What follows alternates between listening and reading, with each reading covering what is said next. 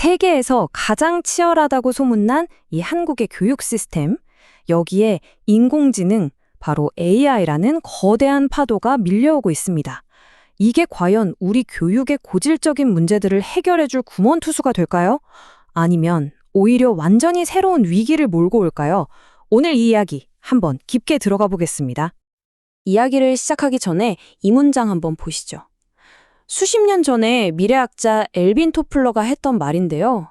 정말 놀라운 건 이게 마치 오늘 우리 상황을 보고 쓴 글처럼 너무나도 정확하게 맞아떨어진다는 겁니다. 수십 년이 지났는데도 말이죠.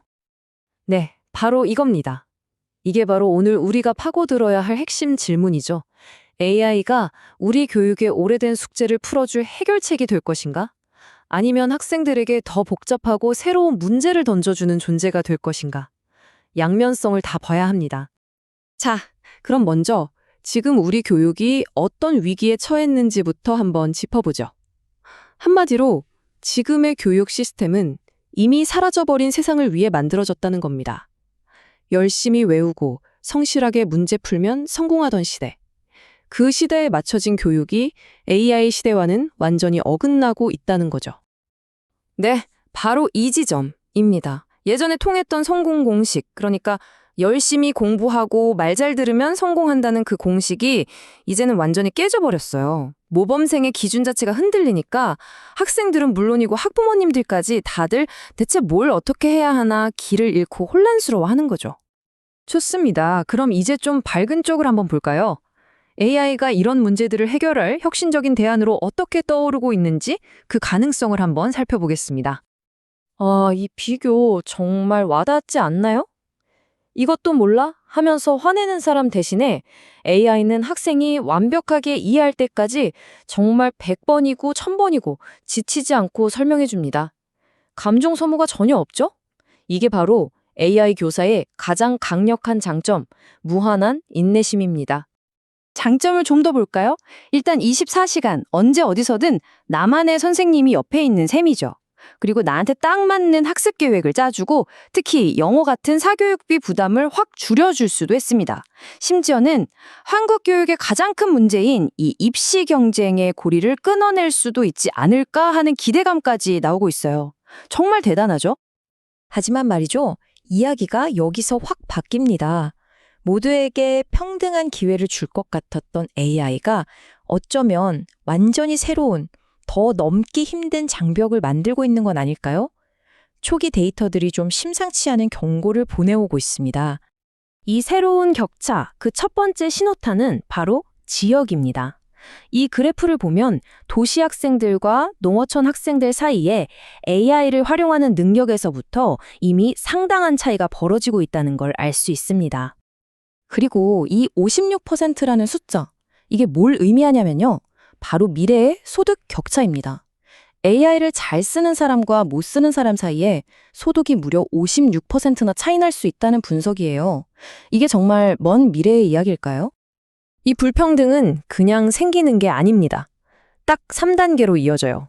첫째, 좋은 컴퓨터나 비싼 프로그램 같은 접근성의 격차가 생기고요. 둘째, 이걸 잘 다룰 줄 아는 활용 능력의 격차로 이어집니다. 그리고 마지막에는 돌이킬 수 없는 소득의 격차로 굳어지는 거죠. 자, 상황이 이렇다면 우리는 대체 뭘 배워야 할까요? 옛날 방식은 더 이상 통하지 않고 게임의 규칙은 완전히 바뀌었는데요. 이제 교육의 무게중심이 아는 것에서 생각하는 것으로 완전히 옮겨가고 있습니다. 교육의 목표가 어떻게 바뀌는지 한번 보세요. 예를 들어 언어. 예전엔 번역 잘하는 게 중요했죠? 이젠 아닙니다. 번역은 AI가 훨씬 잘하니까요. 중요한 건 그 언어에 담긴 문어를 이해하고 생각의 폭을 넓히는 겁니다. 수학도 마찬가지예요. 정답 맞히는 것보다 그 문제를 푸는 과정에서 배우는 논리적인 생각의 힘이 훨씬 더 중요해진 거죠. 그래서 나오는 개념이 바로 이 AI 리터러시, 우리말로는 AI 문해력입니다. 이건 단순히 AI 도구를 잘 쓰는 방법을 아는 게 아니에요. 그걸 넘어서 이 강력한 기술을 올바르고 또 윤리적으로 사용할 줄 아는 능력까지 포함하는 겁니다. 자, 그럼 마지막으로 이런 엄청난 변화 속에서도 AI가 아직은, 그리고 어쩌면 영원히 대체할 수 없는 우리 인간만의 강점은 뭘까요? 여기에 바로 우리 교육이 나아갈 길이 있습니다. 이 문장이 미래를 아주 명확하게 보여줍니다. AI가 사람을 대체하는 게 아니라 AI를 잘 쓰는 사람이 AI를 못 쓰는 사람을 대체할 것이다. AI가 내 일자리를 뺏는 게 아니라는 거죠. 진짜 위협은 AI를 다룰 줄 모르는 내가 AI를 잘 다루는 다른 사람에게 밀려나는 겁니다. 그럼 인간이 잘하는 건 뭘까요? 바로 이런 것들입니다. 다른 사람의 마음에 공감하고 교감하는 능력, 예술작품을 보고 깊은 의미를 찾아내는 능력, 치과 의사처럼 아주 정교하고 복잡한 손기술, 그리고 무엇이 옳고 그른지 비판적으로 생각하고 판단하는 능력. 이런 것들이야말로 AI가 흉내낼 수는 있어도 진짜 우리처럼 해낼 수는 없는 영역이죠. 결국 우리는 이 마지막 질문 앞에 서게 됩니다.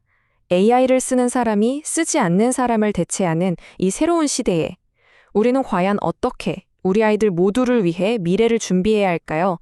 단순히 교과서를 바꾸는 차원의 문제가 아닙니다. 이 거대한 변화 속에서 단 한 명도 뒤처지지 않고 모두가 함께 나아갈 길을 찾는 것. 이게 바로 지금 우리 모두에게 던져진 가장 무거운 숙제일 겁니다.